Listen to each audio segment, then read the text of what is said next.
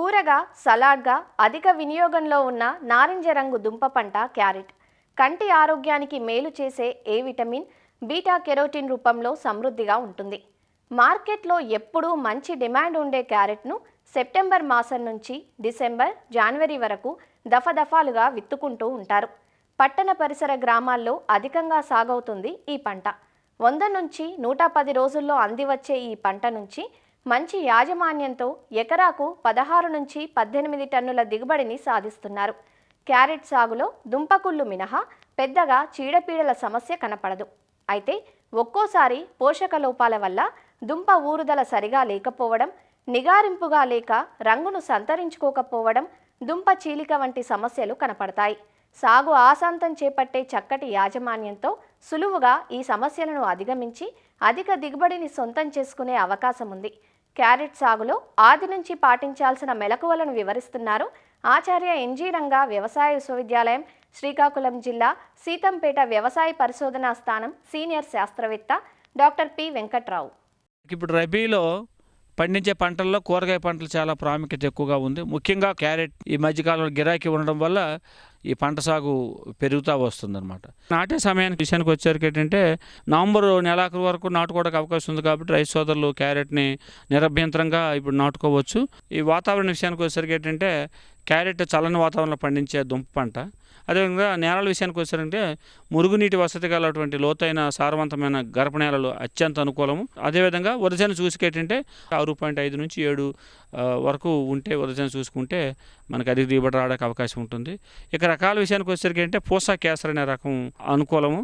ఇదేంటంటే లోపల కండ భాగం కూడా ఎర్రగా ఉంటుంది. దీనిలో కెరాటిన్ శాతం ఎక్కువగా ఉండి మనకి అంటే విటమిన్ ఏ ఎక్కువగా అందే అవకాశం ఉంది కాబట్టి ఈ రకం చాలా మంచి ప్రాచుర్యంలో ఉంది.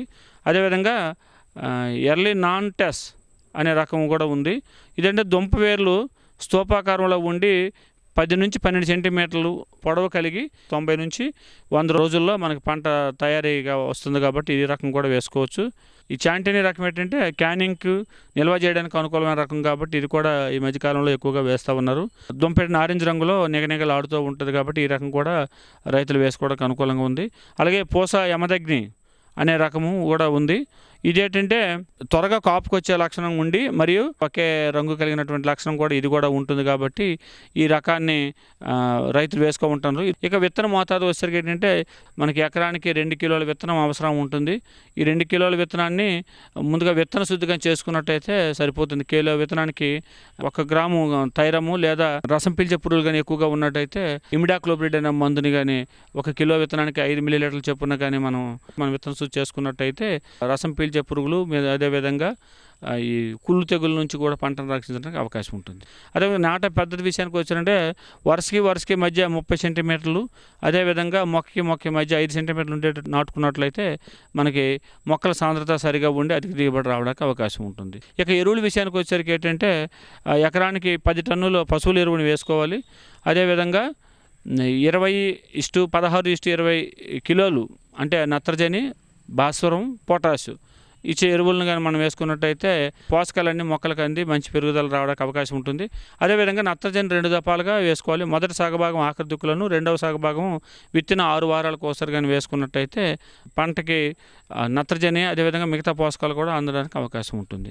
నీటి యాజమాన్య విషయానికి వచ్చినట్టు వాతావరణ పరిస్థితిని బట్టి తేలిక నెల అయితే వారం రోజులకు ఒకసారి, అదే బరువు నెల అయితే 10 రోజులకు ఒకసారి నీటి తడి కానీ ఇచ్చుకున్నట్టయితే మనకి దుంపలు బాగా ఊరి మంచి దిగుబడి రావడానికి అవకాశం ఉంటుంది.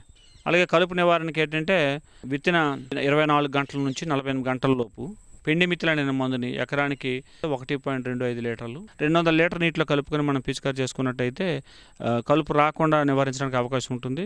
ఇక కలుపు వచ్చిన తర్వాత అయితే మెట్రోవిజిన్ అనే మందుని 300 గ్రాములు 200 లీటర్ నీటిలో కలుపుకొని పిచికారి చేసుకున్నట్టయితే మనకి మిగతా కలుపు కూడా నివారించడానికి అవకాశం ఉంటుంది.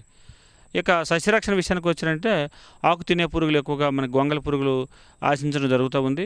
ఈ గొంగళి పురుగులు అంటే ఆకుల్ని కొరికి తినడం వల్ల ఆకులపై చిన్నగా రంధ్రాలు ఉండిపోవడం, అసలే క్యారెట్ ఆకులు చిన్నగా ఉంటే ఇంకా తినేస్తే మనకు ఆకులు అనేవి కనిపించవు కాబట్టి దిగుబడి తగ్గిపోవడానికి అవకాశం ఉంటుంది.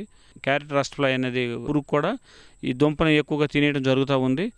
దానివల్ల అంటే మిగతా కట్ చేసిన దుంప వల్ల కూడా కుళ్ళిపోయి మార్కెట్లో పనికి రాకుండా పోతుంది కాబట్టి దీని నివారణ కూడా చేసుకోవాలి.